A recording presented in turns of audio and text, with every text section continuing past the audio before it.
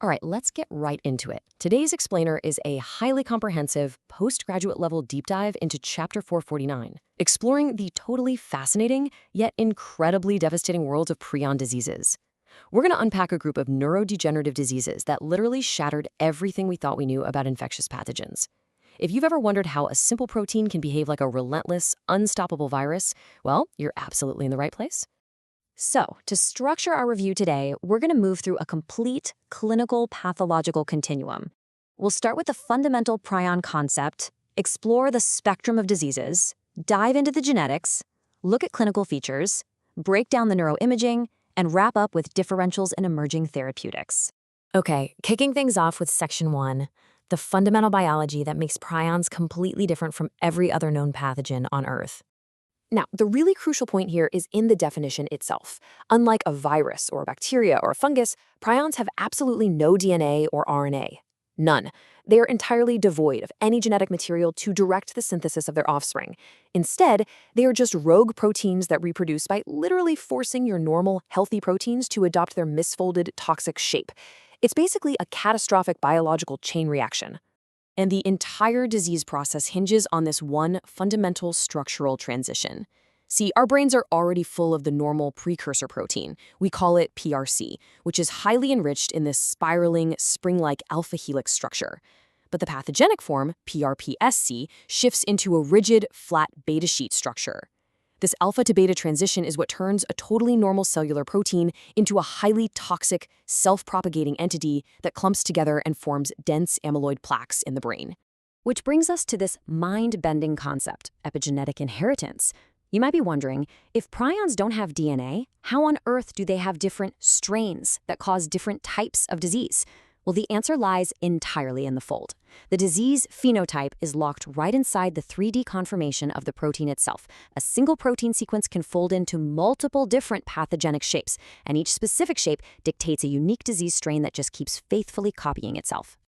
Moving up from the molecular level, let's head into Section 2 and look at how this actually manifests across the spectrum of human diseases. What makes prion diseases so clinically unique is that a single etiology, this one misfolded protein, can present as sporadic, genetic, or acquired illnesses. There is really no other group of illnesses with a single cause that presents with such a wild spectrum. As for the breakdown, sporadic Creutzfeldt-Jakob disease, or SCJD, accounts for the vast majority of cases, sitting at about 85%. Then you have the acquired forms, which make up less than 1% of cases, but they have this fascinating yet tragic timeline. It started with Kuru in the 1950s, which spread through ritualistic cannibalism in Papua New Guinea. Then in the 80s, we saw iatrogenic CJD, spread accidentally through contaminated human growth hormone and cadaver-derived duramater grafts. And finally, in the 90s, variant CJD emerged from consuming beef tainted with BSE, or mad cow disease. Now, variant CJD is exceptionally rare today, but it is absolutely crucial to note because it remains the only form proven to be transmissible through human blood transfusions. Let's transition into Section 3, genetics and polymorphisms. This is where we get into the dense genetic subtyping that actually dictates these different phenotypes. So both the normal and disease-causing prion proteins are encoded by a chromosomal gene, specifically the PRNP gene, which is located on the short arm of chromosome 20.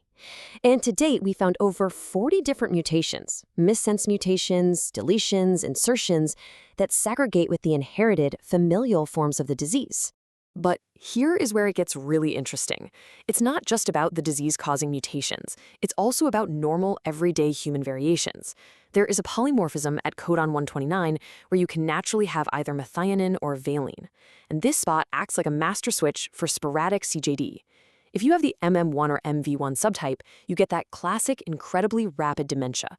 But if you have the MV2K subtype, the disease progresses quite a bit slower, over about 17 months, and features these Kuru-like plaques in the cerebellum.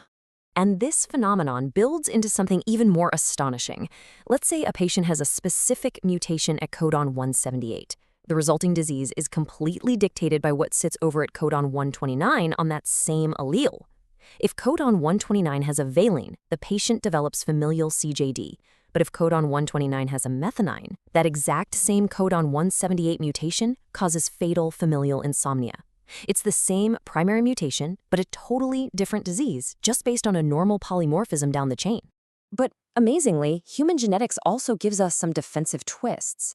There are specific dominant negative polymorphisms that basically act as protective shields against the prion conversion.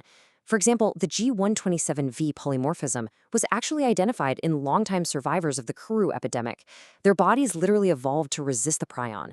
And similarly, the E29K polymorphism is found in about 12% of the Japanese population, and it appears to grant broad resistance to prion disease.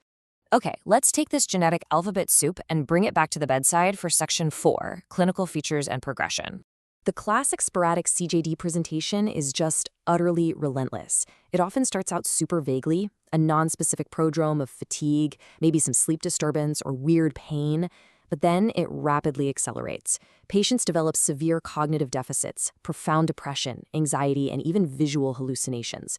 And then come the motor abnormalities, especially myoclonus, those sudden, involuntary muscle jerks, along with a loss of coordination. Tragically, this rapidly progressive dementia is usually fatal within just 4 to 7 months. Now compare that rapid timeline to the genetic variants. Gerstmann-Straussler-Schenker disease, or GSS, strikes early with profound cerebellar ataxia, and the dementia actually arrives much later, progressing a bit slower over about 5 years.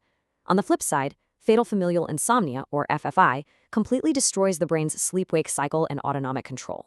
Patients suffer from severe insomnia and dysautonomia, with dementia only showing up right at the end, and survival is usually under 2 years. So, diagnosing a dementia that progresses this rapidly requires some incredibly sensitive and specific tools. Which brings us to Section 5, Neuroimaging and Diagnostics. The absolute key in imaging is identifying cortical ribboning on an MRI's diffusion-weighted imaging. You might also look for the classic pulvinar or hockey stick signs in the thalamus, especially if you suspect variant CJD.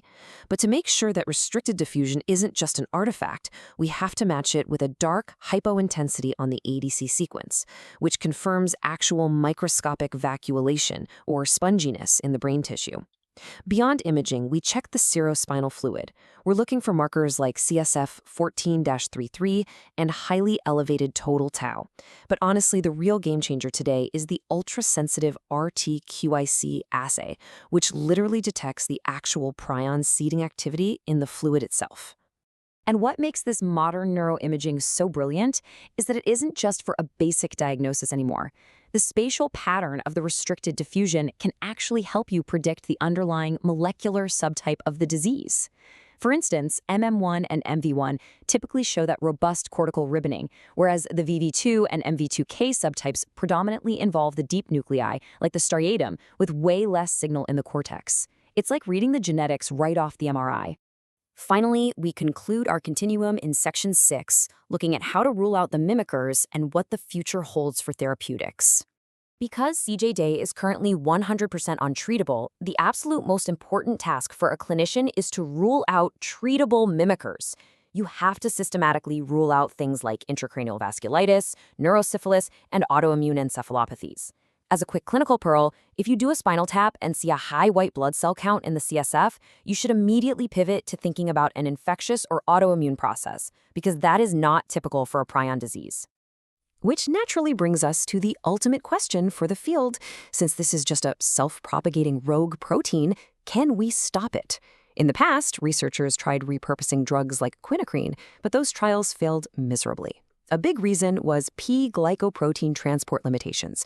The drug just kept getting pumped right back out at the blood-brain barrier. So is there any real hope for neuroprotection today? Actually, yes. The most cutting-edge therapeutics have taken a totally fascinating pivot. Instead of trying to clear out the toxic misfolded PRPSC plaques, scientists are now targeting the normal precursor protein, PRPC. Using antisense oligonucleotides, or ASOs, they're aiming to genetically silence and lower the amount of normal protein in the brain. The logic is brilliant. If you remove the raw material, the rogue prion has nothing left to corrupt. And we know this is a viable strategy, because mice that are genetically engineered to completely lack the normal PRPC protein live completely normal lifespans. And this leaves us with a truly profound thought to end on. If we can successfully target the root precursor protein using these ASOs, we bypass the need to tailor treatments to dozens of specific genetic mutations or different prion strains. By starving the fire of its fuel, we might eventually unlock a single, universal treatment for every devastating prion disease on the spectrum. It is a remarkable frontier in neurology, and it makes you wonder, if we can figure out how to cure the most indestructible, shape-shifting pathogen we've ever encountered, what other neurodegenerative mysteries might we solve next?